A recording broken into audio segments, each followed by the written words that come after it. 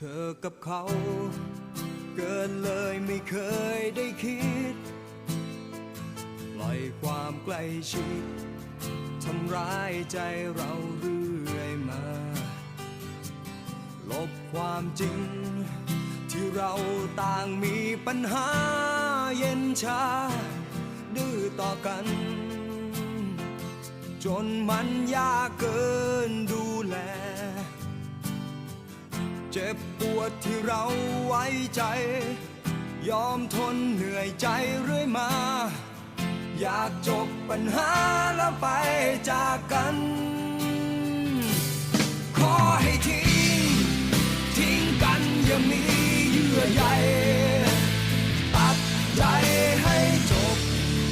อย่าอยู่อย่าเป็นห่วงกันส่วนฉันคนนี้ก็คงเศร้าใจไม่นานอย่าทำสงสารแฟนดีให้ฉันตายใจ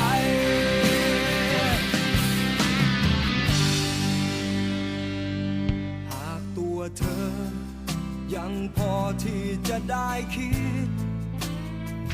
อยากฝากสักนิดให้คิดว่าเธอเลือกใครหากเลือกเขาตัวเราไม่มีปัญหาคาใจให้จบกันต่อไปก็คงเลิกลา